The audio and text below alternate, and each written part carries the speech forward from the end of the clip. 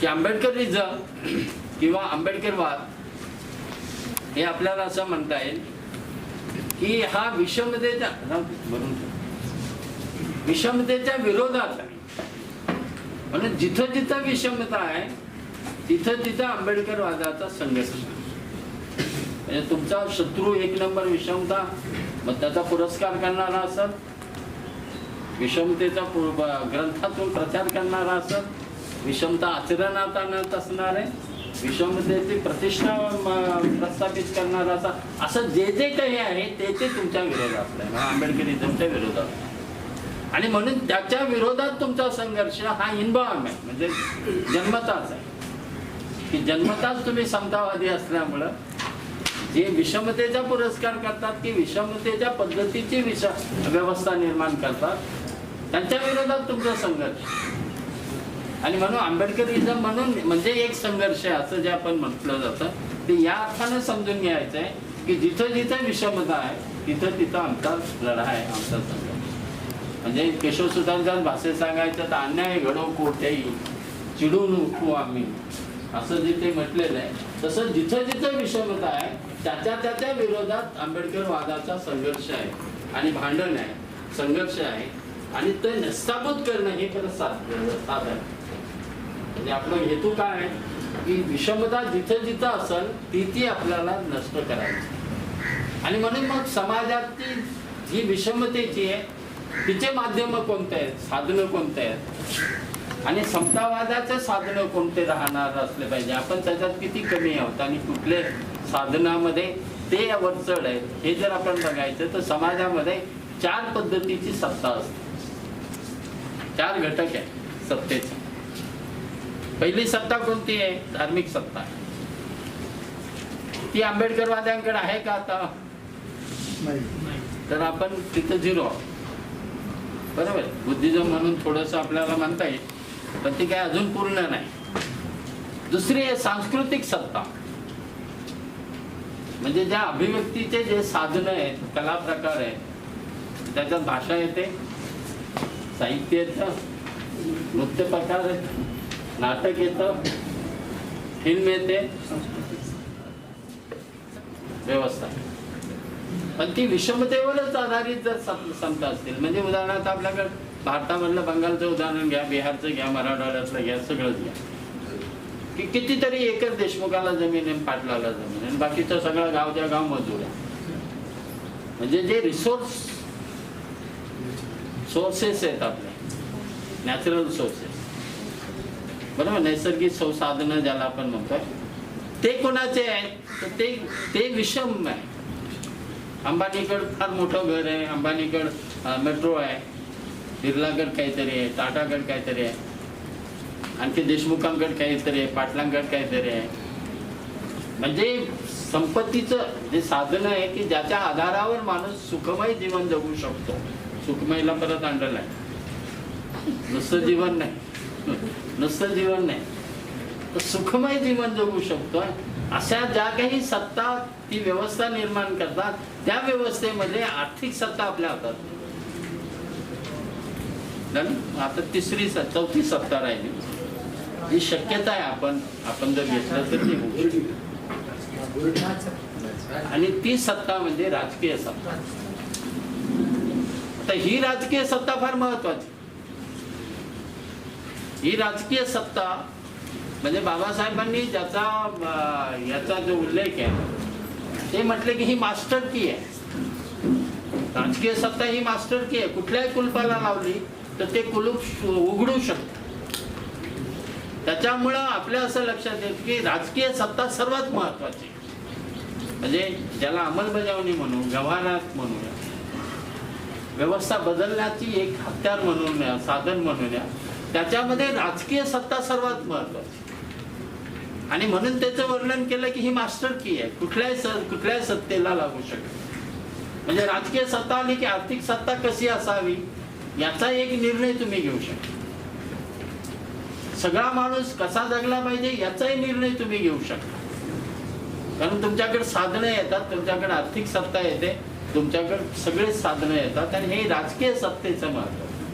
म्हणून आंबेडकरवाद्यांकडे राजकीय सत्ता आहे का तर आज आंबेडकरवाद्यांकडे राजकीय सत्ता नाही, आंबेडकरवादी पक्षाकडे नाही आणि त्या समूहाकडे. आणि मग आंबेडकरवादी व्यवस्था निर्माण जर करायची असेल, जे बाबासाहेबांना अभिप्रेत आहे, ती सत्ता जर निर्माण करायची असेल तर मग धार्मिक सत्ता आपल्या ताब्यात येऊ शकते का? तर आपल्या इथली व्यवस्था बघितली तर धार्मिक सत्ता आपला सहजासहजी आपल्या हातात येऊ शकत नाही. म्हणजे जन्मताच जर शंकराचार्य नेमला जात असेल किंवा तो नवुद्रीपास ब्राह्मणच असला पाहिजे असंच जर असेल आणि त्याच्यात ओबीसी जाऊ शकत नाही, तर आपण जो कुठला फुले बाबासाहेबांचा अनुयायी तो कधी शंकराचार्यापर्यंत जाणार? तो जाऊ शकत नाही. म्हणून धार्मिक सत्ता ही आपल्याकडे भारताच्या संदर्भात विचार केला तर आपल्याकडे येणं फारच दुरावाच आहे. कधी आली तर मग ते स्वप्नच म्हटलं पाहिजे, पण दुरावाच. सांस्कृतिक सत्ता ही आपल्याकडे येऊ शकते का? तर सांस्कृतिक सत्तेचा एक संघर्ष आपल्याला केला आहे आपण. म्हणजे आपल्याकडे जेव्हा तुम्ही पर्यायी काही गोष्टी करताय, पॅरलल काही हे करताय, तेव्हा सांस्कृतिक सत्तेमध्ये तुम्ही गेला, पण तरी सांस्कृतिक सत्ता पूर्णपणे तुमच्या जागा. आर्थिक सत्ता, राजकीय सत्ता आल्याशिवाय त्याची एक व्यवस्था तुम्हाला करता येऊ शकत नाही. आणि म्हणून खेळायला आपल्याला कुठं आहे आंबेडकरवाद्यांना? म्हणजे जागा कुठं आहे? तर ती जागा आहे ती राजकारणामध्ये, राजकीय सत्तेत. आणि म्हणून राजकीय सत्तेला अधिक महत्त्व देऊन त्या पद्धतीची आर्थिक सत्ता आणणं, त्या पद्धतीची सांस्कृतिक सत्ता आणणं हे आपल्याला शक्य आहे. कारण का की इथं राजेशाही नाही, इथं हुकुमशाही नाही, इथं धर्मराज्य नाही. म्हणजे एका धर्मावर आधारित असलेली जी राज्य व्यवस्था आहे किंवा राजकीय आहे, राजाचा मुलगाच राजा होईल, एखाद्या धर्म जो गुरु असेल त्याचाच मुलगा परत धर्मपंडित होईल, त्याच्या हातात सत्ता राहील, हे आपल्याकडे नाही, शक्य नाही. म्हणून आपल्याकडे शक्यता फक्त एवढी आहे की लोकशाही असल्यामुळं, ती आपण 1950च्या नंतरच आहे, लोकशाही असल्यामुळं आपल्याकडे ती शक्यता आहे. म्हणून आपलं कॉन्सन्ट्रेशन पर्यायानं आपल्याला राजकीय सत्तेसाठी करणं हे आवश्यक आहे. कारण बाकीच्या 3 सत्ता जर तुम्हाला ताब्यात घ्यायच्या असल्या तर त्याच्यामध्ये शक्यता कुठे आहे? तर पॉलिटिकल पॉवर आपल्याकडे येऊ शकतो. कारण पॉलिटिकल पॉवर लोकच देतात आणि लोकच राजे असतात. त्याच्यामुळे लोकांकडून राज्यावर येणं, सत्तेवर येणं हे आपल्याला लोकशाही असल्यामुळे शक्य आहे. आणि ही शक्यता एवढंच तुमचं आंबेडकरी राजकारण असू शकतं. आणि म्हणून मग आपल्या लक्षात येईल की मग या विचाराच्या विरोधात तुमच्या कोण कोण आहे, म्हणजे या विचाराच्या विरोधात कोण कोण आहे. आज आपण RSSचं नाव घेतो, पण आपल्या असं लक्षात येईल की ही मोठी परंपरा आहे भारतामध्ये. भारतामध्ये 2 पद्धतीची जीवन पद्धतीची संकल्पना मांडलेली आहे किंवा विचारधारा मांडलेली. एक विषमतेवर आधारलेली विचारधारा आहे, त्याला तुम्ही ब्राह्मणी संस्कृती म्हणा, वैदिक धर्म म्हणा किंवा आणखी काहीतरी म्हणा. आणि दुसरी जी परंपरा आहे ती आपल्याला असं लक्षात येईल की ती श्रमिक संस्कृती त्याला आपण म्हणूया, किंवा त्याला आपण असं म्हणूया की ती लोकायतची संस्कृती किंवा बहुजनांची संस्कृती. हा झालं तर आपण त्याला असं म्हणूया की श्रमिक संस्कृती. या 2 संस्कृतीच्या 2 विचारधाराचा सातत्यानं संघर्ष. म्हणून परत एक लक्षात घ्या की सहजासहजी तुम्हाला हे सगळं त्या सत्ता तुम्हाला ताब्यात देणं शक्य नाही. ह्या जर ताब्यात आणायच्या असतील तर आपल्याला एक लक्षात घ्यावं लागणार आहे की याच्या विरोधात असलेल्या ज्या कुठल्या शक्ती आहेत त्या तुम्ही जर लक्षात घेतल्या, विषमतेचा पुरस्कार करणार, विषमतेला प्रतिष्ठा देणार, विषमता हे जीवन आहे असं मानणारी जी विचारधारा ती सावरकरांच्या अगोदरही होती, ती पूर्वी हिंदू महासभेच्या नावानं होती, आज ती RSSच्या नावानं आहे, त्याच्या अगोदर ती ब्राह्मणी धर्माच्या नावानं होती, त्याच्या अगोदर ती वैदिक धर्माच्या नावानं होती, कुठल्याही नावानं असत, पण ती विषमतेचा पुरस्कार करणारी आहे. आणि त्यांचं मांडणं सुद्धा कसं आहे की 4ही बोटं सारखे नसतात, निसर्गामध्येच विषमता आहे.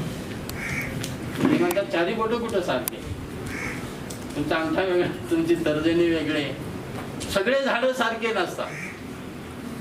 त्यांचं दुसरं असं म्हणणं, सगळे झाड, बाबळीला बाबळ, वडाला वड असं, पिंपळाला पिंपळ म्हणावं लागतं. तेव्हा झाडं सुद्धा एकत्र, निसर्गातच समता नाही. निसर्गच मुळात विषमतेवर आधारित आहे अशी त्यांची मांडणी. ही जी विचारसरणी आहे त्याची मांडणी अशी आहे की तुम्ही जे म्हणता ते समता तुम्ही कृत्रिमरित्या आणले, ती नॅचरल नाही. आणि इथं जे टिकतंय ते नॅचरल आहे, तेच टिकतं. आणि म्हणून आम्ही असं म्हणतोय की सगळे झाडं सारखे नाहीत, सगळे जनावर सारखे नाहीत, काहीच सारखं नाही, ते विषमतेवरच आधारित. आणि हे विषमतेवर आधारित आहे, हे सत्य आहे, हे सनातन सत्य आहे. आणि म्हणून ते असं म्हणतात की माणूस जरी म्हटला तर तो माणूस सुद्धा वेगवेगळा असतो, तोही सारखा नसतो, कारण तो यंत्र नाही. आणि म्हणून विषमतेचा पुरस्कार करणारे जे तत्वज्ञान आहे ते फार मोठ्या प्रमाणात आपल्याकडे आहे, जे आपल्या देशामध्ये त्याची मोठी परंपरा. आणि त्याचा परत इतिहास असा आहे की कधी कधी विषमतेचं तत्वज्ञान आणि समतेचं तत्वज्ञान हे जे दोन विचारधारा आहे याचा सतत संघर्ष होतोय काय. कधी समतेचं जे तत्वज्ञान आहे ते प्रतिष्ठित होतं असं वाटतं आपल्याला. आणि आता बघितलं हळूहळू तर आपल्या असं लक्षात येतंय की परत विषमता प्रणित जे तत्वज्ञान आहे आणि विचारसरणी आहे ती परत प्रतिष्ठित व्हायला लागली. तर ही सायकल आहे. म्हणजे बाबासाहेबांचा जर आपल्याला आधारच घ्यायचा असला त्यांचा, तर बाबासाहेबांचं एक पुस्तक आहे आणि त्याच्यामध्ये जी थेरी मांडलेली आहे त्यांनी, तर त्याच्यामध्ये ते रिव्होल्युशन अँड काउंटर रिव्होल्युशन असं ती थेरी, क्रांती आणि प्रतिक्रांती. म्हणजे क्रांती झाली की तशीच राहत नाही, समता झाली, बुद्धाच्या वेळेस झाली, अनेक वेळा झाली समता प्रस्थापित झाली, समता प्रतिष्ठित झाली. लोकही म्हणायला लागले की समता अधिष्ठित समाज आहे, वन मॅन वन व्हॅल्यू आहे, वन मॅन वन वोट आहे, आपण 50 मध्ये डिक्लेअर केलं. आणि आपल्याला असं वाटलं हळूहळू की अरे अरे समता तर प्रतिष्ठित झाली. पण समता प्रतिष्ठित झाली हे बरोबर आहे, पण ती कंटिन्यू राहते असं नाही दिसत आपल्याला. तर विषमतेचा जो पराभव झालेला असतो अशी जी मंडळी आहे किंवा असे विचारधारणा करणारी जी मंडळी आहे ती त्याच्यासाठी प्रतिक्रांती सतत करत असते. ती मोडून काढून परत आता म्हणजे आता परत गाईचं समजा महत्व आलं, परत गवताचं महत्व आलं, यज्ञाचं महत्व आलं, परत पाप पुण्याचं महत्व आलं, परत आपल्याकडे जे कुठल्या पुराणात जे काही झालं त्याला महत्व आलं आणि तेच हिस्ट्री आहे अशा पद्धतीने आपल्याकडे मांडलं गेलं. तर हे सतत होतं. म्हणून बाबासाहेबांनी सांगितलेला जो कुठला सिद्धांत आहे, थेरी आहे की रिव्होल्युशन आहे, परत तिथे काउंटर रिव्होल्युशन, आणि ही निरंतर प्रक्रिया आहे, म्हणजे थांबत नाही. आणि म्हणून आपल्या असं लक्षात येते की जगामध्ये सुद्धा विषमता प्रणित असलेल्या विचारधारा आहे ती कधी प्रतिष्ठित होते, तर कधी कधी आपल्या असं लक्षात येतं की ती जाऊन परत फ्रेंच राज्य क्रांती होते किंवा आपला इंग्लंडमध्ये क्रांती होते किंवा आणखी कुठल्या देशामध्ये क्रांती होते, परत समतेचा तत्व परत तिथं प्रस्थापित. आणि म्हणून आपल्या असं लक्षात येतं की हे कोणतं तत्वज्ञान आहे आणि त्याच्याशी आंबेडकरी चळवळीचा किंवा विचारधाराचा संघर्ष आहे हे सुद्धा आपल्याकडे स्पष्ट जर झालं तर आपल्या लक्षात येईल की आपल्याला कोणाच्या विरोधात लढायचं नाही, तर आपली गंमत होते. म्हणजे आपल्याकडे आपण साधनाशीच लढायला जातो, उद्दिष्ट बाजूला राहतं, आणि मग कुणीतरी विचारतो इतक्या वर्ष तुम्ही सत्ता राज्य करता, तुम्ही साधे आमदार सुद्धा झाले नाही, काय उपयोग, झेडपीचे मेंबर झाले, काय विचार. म्हणजे ही जी चर्चा करणारा ज्या मंडळी असतात ते त्या उद्दिष्टाच्या बद्दल कधी चर्चा करत. म्हणून उद्दिष्ट जर क्लिअर असलं आपला की समताधिष्ठित समाज रचना निर्माण करायची हे जर आपलं उद्दिष्ट असलं तर तिथं व्यवस्थाच एक बदलायची आहे, व्यवस्था परिवर्तन हेच महत्वाचं. कारण मला अभिप्रेत असलेली आंबेडकर विचारधाराला अभिप्रेत असलेली एक व्यवस्था आपल्याला निर्माण करायची आहे. म्हणून हा व्यवस्था परिवर्तन किंवा व्यवस्थेमध्ये बदलाचा हा एक आपला संघर्ष आहे, हे सुद्धा लक्षात घेतलं पाहिजे. म्हणजे आहे ती व्यवस्था विषमतेवर आधारित आहे, ती आपल्याला अमान्य आहे. आणि म्हणून समतेवर आधारलेली समाज रचना आणणे, व्यवस्था आणणे, आर्थिक सामाजिक सगळ्याच पद्धतीने हेच आपलं उद्दिष्ट आहे. आणि त्याच्यासाठी आपला लढाई आणि तो निरंतर आहे, म्हणून तो कंटिन्यू. म्हणजे तिथं गाफील राहून नाही चालत. आपल्याकडे अनेकदा असं होतं की आपण गाफील राहतो आणि होतंय असं की मग त्याचा तो प्रॉब्लेम होतो. आता या दोन्ही विचारधाराला मोठी परंपरा आहे. म्हणजे समतेच्या विचारधाराला एक मोठी परंपरा आहे, तशीच विषमतेच्या विचारधाराला सुद्धा एक मोठी परंपरा आहे. त्याचंही साहित्य आहे.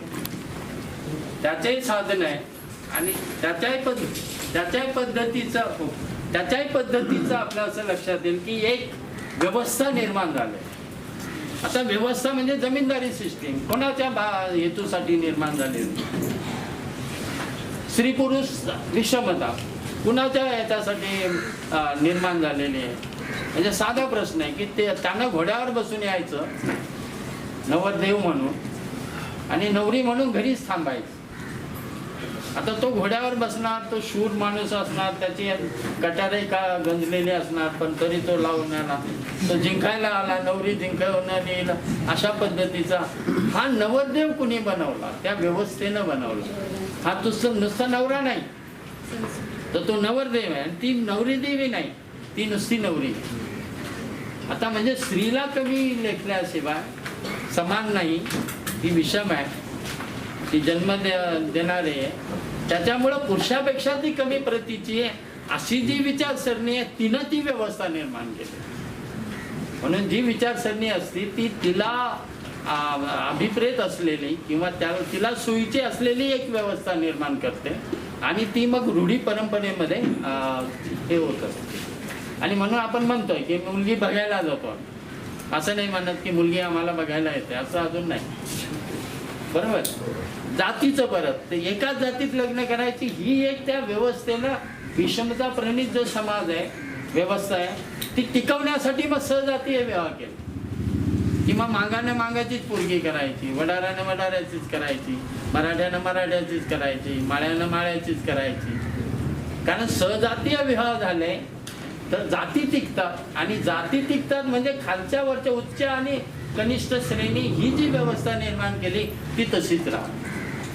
म्हणजे एका मुलीलाच आपण परवानगी दिली की तुला जो नवरा योग्य वाटेल त्याच्याबरोबर लग्न करा, आमचं काही म्हणणं नाही, तो प्रॉब्लेम होतील. जाती कसा टिकवायचा? जातीच टिकवल्या त्या सहजातीला याच्या. म्हणून जात टिकवण्याचा एक भाग विषमता प्रणित श्रेष्ठ कनिष्ठ, नुसतं श्रेष्ठ कनिष्ठ नाही तर पवित्र आणि पाप हे सुद्धा आहे. म्हणजे नुसतं श्रेष्ठ आणि कनिष्ठ असतं तर चाललं असतं, पण त्याला धर्माचा एक आधार दिल्यामुळं ते पाप आणि पुण्य असं केलंय. म्हणजे प्लेटोनं सुद्धा विषमता कल्पली. प्लेटो नावाचा जो राज्य विचारवंत आहे, राजकीय विचारवंत, त्यानं सुद्धा असे 3 वर्ग केले होते. पण 3 वर्ग केले, पण ते असं नाही केलं की याच्यामध्ये सरमिसळ होणार नाही, असं नाही केलं. आता जाती टिकल्या पाहिजे म्हणजे लग्न जातीतच झालं तरच जात टिकतं. लग्न जर जातीच्या बाहेर झालं तर जात टिकत नाही. आणि म्हणून सर्वात महत्वाचं जे लग्न करण्याचा अधिकार हा त्या पोरीला देता कामा नाही, पोराला देता आपलं बाईला देता कामा नाही, याची एक व्यवस्था विषमता प्रणित असलेली जी विचारधारा आहे तिनं ते केलं. त्याच्यामुळे आपण जे साधं म्हणतो की साधी गोष्ट आहे, ती साधी नाही, त्याचा तो आउटपुट आहे. आपण त्याचा म्हणूया की त्याचाच एक बाय प्रोडक्ट आहे. म्हणजे सहजातीय लग्न करणे आणि आंतरजातीय लग्न न करणे याला विरोध असणे हा सुद्धा जातीचा पुरस्कार करणार आहे. आणि जातीचा पुरस्कार करणं म्हणजे श्रेष्ठ आणि कनिष्ठ ही विषमता मान्य करणं, तो पवित्र आहे आणि हा त्याच्यापेक्षा कमी पवित्र आहे किंवा पापी आहे असं मानणं, ही जी विषमप्रणित व्यवस्था आहे त्याची भलावण करणं याच्यासाठी तो आहे. आणि म्हणून या पद्धतीकडे सुद्धा आपला कार्यकर्ता किंवा आंबेडकरवादी माणूस असत किंवा तुमच्यासारखे कार्यकर्ते त्यानं इतक्या पद्धतीनं बघितलं पाहिजे की ही पद्धत नुसती पद्धत आहे की विषमतेचा पुरस्कार करणार, आणि विषमतेचा पुरस्कार करणारे असेल तर त्याला माझा विरोध असला पाहिजे. कारण मला ही व्यवस्था मोडून एक चांगली व्यवस्था उभी करायची हा माझं जर उद्दिष्ट असलं तर ते मला करावं लागणार आहे. आणि याच्यासाठी मग आपला विचार, आपली भाषणं, आपली बैठक, आपलं हे समजा आता आपण विचारलं की आम्ही समता मानतो तर किती पुरुष आले तिथं आणि किती महिला आल्या? मग महिला का कमी आल्या? जर मी समतावादी असेल आणि आंबेडकरवादी असेल तर हा प्रश्न येऊ शकतो की माझी बहीण नाही, मी आलोय राजकारणामध्ये, मी आलोय याच्यामध्ये, बहिणीला नाही आणलं, बायकोला नाही आणलं. मग त्याच्यामुळं परत मी काय करतोय की मी परत न कळत त्या विषमता प्रणित समाजाचा जो कुठला एक धागा आहे तोच धागा माझा धागा म्हणून मी करतोय आणि तिथं आपली गफलत होतो, तिथं आपण सैल होतो. तिथं आपण जरा लिबरल होतो, जाऊ द्या चलता आहे असं म्हटलं की चलता आहे म्हटलं की मग तुम्ही त्या व्यवस्थेचा एक भाग होता, त्या व्यवस्थेचा जर भाग व्हायचा नसेल तर मग आपल्याला आग्रही राहणं आवश्यक आहे. म्हणून माझा हा विचार आहे आणि त्याच्यासाठी माझा आग्रह आहे, या पद्धतीची एक भूमिका आंबेडकर वादामध्ये म्हणजे ज्या उद्दिष्टासाठी आपण आहे ती आपल्याला घ्यावीच लागते. आणि ती घेत असताना आपल्याला खेळण्याचं जे कुठलं जागा आहे ती मी तुम्हाला सांगितलं की राजकीय सत्ता प्राप्त करणं ही आपल्याला व्यवस्था परिवर्तन करण्याचा एक भाग म्हणून, म्हणजे कुणाला मुख्यमंत्री व्हायचं, कुणाला पंतप्रधान व्हायचं आणि आमच्या जातीला सत्तेवर यायचं असं नाही. तर त्याच्यामध्ये एक आपल्या असं लक्षात येतं की राजकीय सत्ता ही मी मिळवू शकतो आणि तीही बाबासाहेबांच्या मुळं जी काही डेमोक्रेसी भारतानं स्वीकारली ती आहे म्हणून मी मिळवू शकतो. त्याच्यातले लिमिटेशन आहेत, म्हणजे EVM बंद पडणे, कुठलंही बटन दाबलं तर कमळच येणे, ही व्यवस्था आहे, तो तपशील आहे, त्याच्या विरोधात लढावंच लागणार.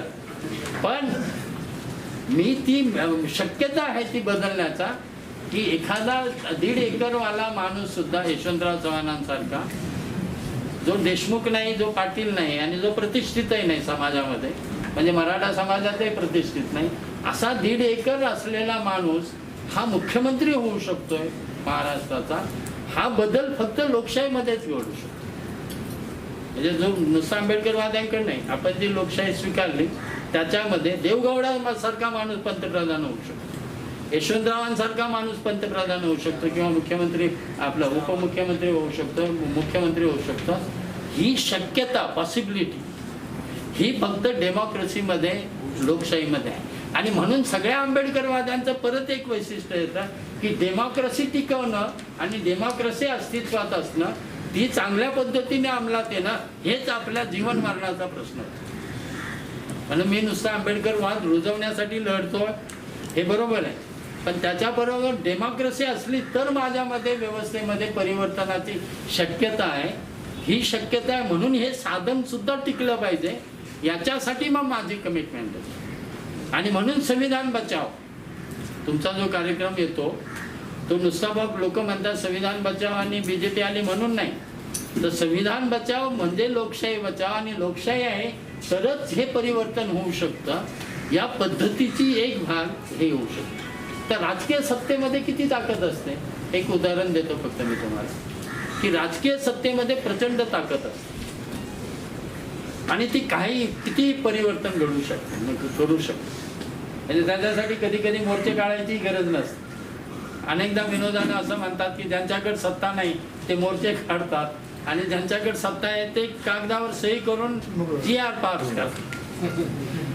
आता जो GR पास करण्याची पावर ही राजकीय सत्ता कुणालाही देऊ शकते, कुणालाही देऊ शकते. आणि त्याच्यामुळे आपल्या असं लक्षात येतं की राजकीय सत्ता प्राप्त होण्यासाठी आणि पॉसिबिलिटीसाठी मग आपल्याला काय करावं लागणार आहे त्याची मग आपण काळजी, त्याची एक स्ट्रॅटेजी, रणनीती ही प्रत्येक वागण्या बोलण्यातून प्रत्येक ठिकाणाहून आपल्याला करता आली पाहिजे. कारण आपला तो विचार राजकीय सत्ता मिळवण्याचा आणि राजकीय सत्ता साधन म्हणून मिळवण्याचा, या साधनातून समताधिष्ठित समाज रचना निर्माण करण्याचं जे कुठलं आपलं उद्दिष्ट आहे ते उद्दिष्ट आपल्याला जर करायचं असेल तर मग ही राजकीय सत्ता आपल्याला मिळवली पाहिजे आणि ती मिळू शकते असं आपल्याला आहे.